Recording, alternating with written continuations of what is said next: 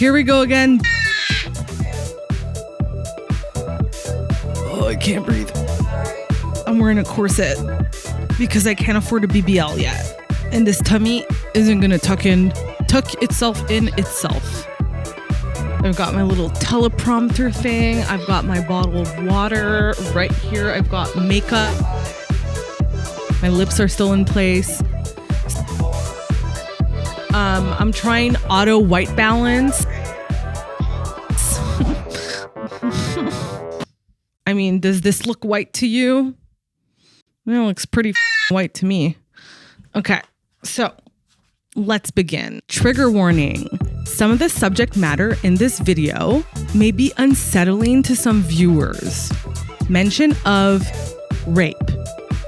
Also, if you fall into the I'm an emotionally immature, self-righteous asshole that can't react politely, fairly, and with compassion towards fallible human beings I come across on the internet, do not watch this video and do humanity a favor by getting your ass off the internet and into therapy instead. Ugh, I need to reconnect this thing. Just everything, okay? Chapter 1. INCEL Hippos. Did you know male hippos could be rapists? I was lying right there and decided to watch an episode of the Netflix series Great National Parks, narrated by Barack Obama. I thought to myself, if anyone needs to fall asleep watching a bunch of animals and kill each other to the luscious voice of Barack Obama should do the trick. Instead, I simply entered a rabbit hole of existential dread that kept me up all night, following shocking behavior I witnessed coming from the male hippopotamus of the Tsavo National Park in Kenya. I already know I hate humans, but the prospect of having to add animals to that list seemed too much to bear. It's the month of July, drought season. Tsavo National Park is dry as The park rangers created a little patch of water to give the surrounding wildlife a helping hand. Upon coming across this rare source of water, a bunch of hippos look at each other and they're like, this must be the place. So they congregate to drink water, socialize, play, mate. Everything is copacetic until a crew of male hippos join the party. The dynamic quickly changes into an aggressive measuring contest. I'm king of the park. No, I'm king of the park. That's my bitch. No, that's my bitch. Typical. Then, crusty old alpha OG male hippo enters the chat, and he lays his eyes on a hot little piece of hippo ass.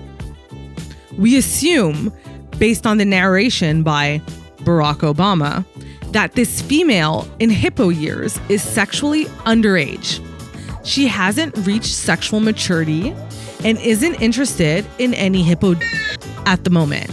She expresses her disinterest and refuses his advances. Upon being faced with what I can only imagine is the crushing humiliation of female rejection in front of his peers, crusty old alpha OG male hippo quickly turns hostile. He proceeds to violently attempt to force himself onto her. I admit, it could have been worse. He could have turned into a female hippo serial killer, especially if on top of not being able to handle humiliation, his mommy didn't love him. He feels a sense of entitlement to that hippo and stops at nothing to get what he wants. The confrontation turns so violent that the female has to fight him off her and run multiple times. He won't take no for an answer. And it must be because she didn't moo the word no. Eventually, she outmaneuvers him and escapes unraped. I wanted to start this video by sharing this little story because I want you to know that my chronic state of cynicism and disgust doesn't limit itself only to human beings or the culture of bullshit social media can create. At that moment, it's like it permanently metastasized across my entire soul and now also included the animal kingdom. And if 2 + 2 = 4 straight math, then it doesn't seem like anything at this point in my life can escape my wrath. And from a mental health perspective, I'm not too sure what to make of that yet. Chapter 2, the authenticity dilemma. Social media applications are trash. I know this, you know this, the creators of the apps know this, even when they act like they don't. You telling me this myopic Jimmy Neutron looking mother doesn't know his shit stinks? There's no way. His myopia is so bad, he can't afford to buy a better pair of glasses. All I'm saying, I don't like it. I don't trust it. As a medium for the distribution of content, though, social media is the most powerful tool human beings en masse have ever had at their disposal. It's the place to share and shape your image and message. It's so powerful that being good at making memes is now a viable way for a communications firm to secure a government contract. Or if you're, let's say, allegedly Russia and are on a quest to sow division and lead people down rabbit holes of ideological radicalization, leveraging the power of social media with an ingenious content strategy is a really great way of getting people from, yeah, pedophiles are bad, let's totally save the children, to, I am now a QAnon disciple who's lost his friends, family, and job to conspiracy theory bullshit. Every single person on this planet with a smartphone has a mini propaganda machine available to them. You no longer need to be the church, royalty, government, or wealthy to leverage content to achieve whatever your goals may be. Whether you choose to use this power to present something to the world that is rooted in reality, bullshit, or a little bit of this and a little bit of that, is entirely up to you, what your values are and what your agenda is. And to me, that's always been precisely what's so difficult to decipher online. The why, the values, the soul, the agenda behind the people and behind the brands I'm following. As social media platforms transitioned from being a place to share yourself to being a place to sell yourself, an extension of the marketplace, shit got real, but shit also got real fake, real quick. All of a sudden, it's business. And in business, the stakes can be extremely high. People's livelihoods are on the line here. It's competitive. It can be ruthless. And so there's 100% a bit of an incentive to put up a front. From what I've gathered from business, it's very much like, don't show weakness, show no flaws, don't give them the recipe, don't put him onto the vision, don't get too personal, and don't tell them how you really feel. Tripping on any of these things is perceived as a liability. The byproduct of that environment from a content perspective became a super glossy, hyper-produced, packaged, curated product. In my opinion, the quest for perfection is a very natural aesthetic reaction to the inner need to stay in control. For a while, that type of content and approach to content creation worked. The tides are now changing. We're seeking more intimate connections from the people and brands we come into contact with online. Beyond the sale, there seems to be a market developing right under our noses, seeking to serve individuals looking for authenticity. The rising popularity of video speaks to this quest or thirst for authenticity as well. Also, we're seeing a shift in the trending aesthetic people are adopting online. Aesthetically speaking, content has become much more of a DIY, POV, caught in the moment, no filter vibe. I believe Alice Capel in her video essay referred to it loosely as a post-pandemic kind of lo-fi. While the fashion has changed, do not be naive enough to let this superficial aesthetic switch up fool you. Social media and the environments in which this content lives has not changed. It's still a cesspool and it's still a war zone out there. Photo dump or not, people will still use any digital misstep to try and take you down and or ruin your life. I hate to use this term, but you might be familiar with this concept as being cancel culture. And for the amount of content you need to produce in order to see any kind of results on any of these platforms, volume-wise, that's a lot of opportunity to get shit wrong. It's no surprise to me then that shit is still fake as ever.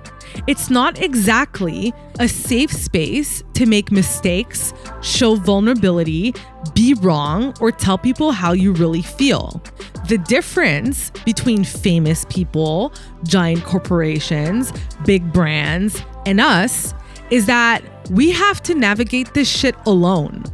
They can hire strategists, communications firms, agencies, consultants. Roger Stone, who, by the way, would be rotting in a jail cell right now if it wasn't for the presidential pardon he received from Donald Trump.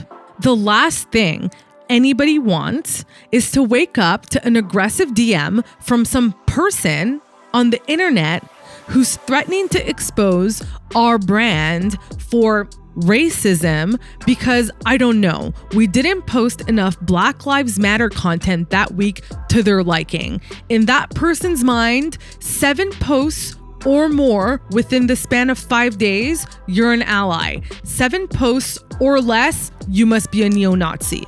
People online seem to be asking for more authenticity, but it doesn't look to me like they're giving anybody more patience, understanding, or compassion in return. It's still very unforgiving out there. It's still a ruin your life.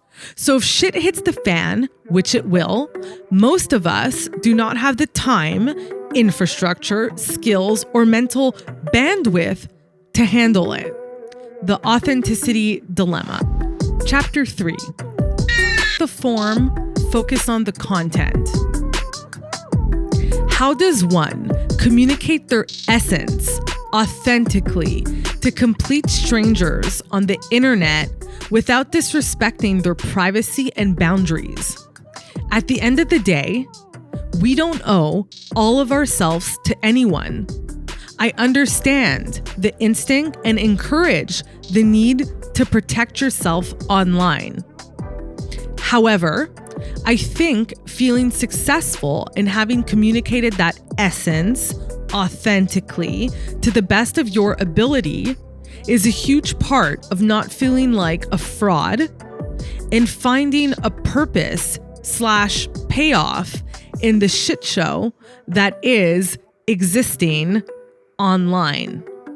To me, missing those two things is one of the main reasons so many people, like really good people we need out here online fighting the good fight, don't put themselves out there. Content is what is communicated. That is the message or ideas. Form is the how or the structure of how the content is shared. The nature of this social media beast, these applications, this technology, the platforms that allow us to share our content, forces us to package, edit, and curate it in one way or another. Crying selfie or not, the fact that you chose to post that picture versus another one is a form of editing. The fact that you wrote and rewrote your caption for that selfie is a form of editing. Every edit chips little by little the authenticity of it away. I don't think achieving authenticity through form is possible on social media. If you're prone to feeling like a fraud, surprise, surprise, you may always kind of feel like one. This leaves us with content. Content, to me, is the only real opportunity we have to convey and achieve this elusive authenticity. And we need to start having the balls to use it. The message and ideas that are communicated, to me at least, are much more black and white. Either you use this opportunity to hijack my attention, to give me a whole lot of nothing and take up space, or you gave me a little something back in return, message and ideas wise. Then, what you gave me in return is either a message or an idea that is authentic to how you really feel, what you believe in, who you are at that moment, or it's bullshit.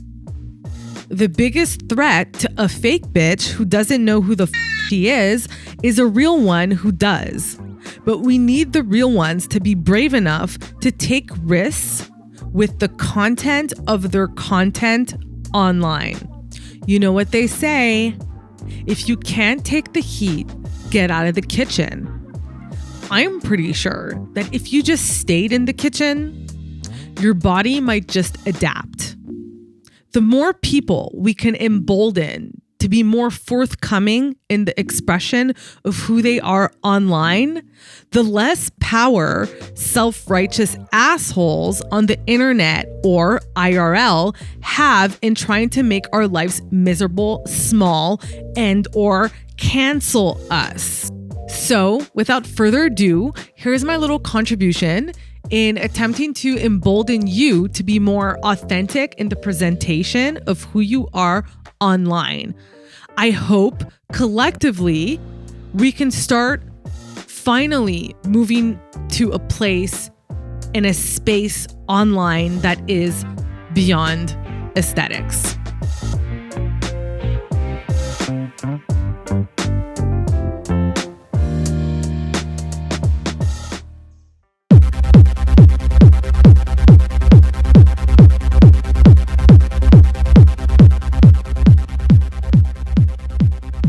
Chapter 4, 99 Facts About Me. My name's Jay-Z. Hold up!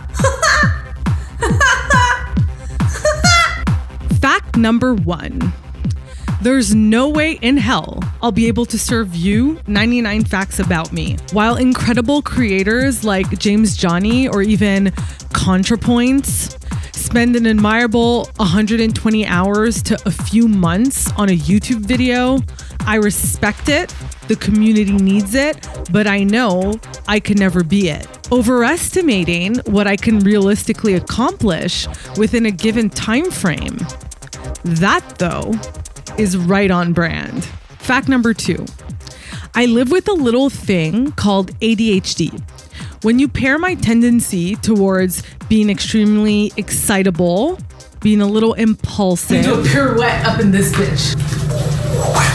and having absolutely no concept of time, it's easy for me to fall into the overselling and under-delivering trap. I bite off more than I can chew. Often. Were you so impulsive? Why did you buy all this shit? Where are you gonna put it? How are you gonna sell it? I come from a good place, but I know it can be really annoying to the people around me. So I have to work extra hard at managing time, other people's expectations, and practicing the art of under-promising and over-delivering. Fact number 3. On the topic of ADHD, I get really into things, like obsessively into them. especially when I'm trying to learn how to do something or solve a problem. Like the year, I went from not being a reader to getting through 50 plus books because I wanted to learn about marketing, branding, and business. Or how taking one class to update my blogging knowledge led me down a rabbit hole of clocking in like 350 hours of training and getting 5 certificates in tech. I don't always finish what I start, like the time I tried to learn Japanese. 難しい difficult. But when I do finish what I start, as we say in French, je nique tout. Fire! This edit's fire! Fire! Fact number 4. So, if you catch me in the zone and are tasked with the unfortunate responsibility of interrupting the flow, I can be a bit of a bitch. And if at any point I stop you mid-sentence and say something like, "Can you get to the point?" My sincere apologies. Fact number 5.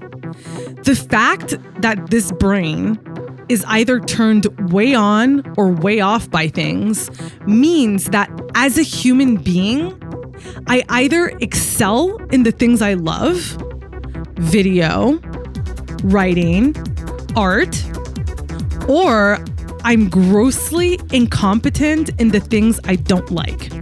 Cleaning my room, accounting, or remembering to do something for someone else that I really don't want to do but kind of have to. Fact number 6. Growing up, my dad, Big Looch, used to call me a space cadet. While it is true that I am in my own world, I don't think there's anything wrong with that. It's lit here. Fact number 7. People ask me, "And Darla, so what do you do for fun if it doesn't involve other people?" Well, I'm glad you asked. Fact number 8.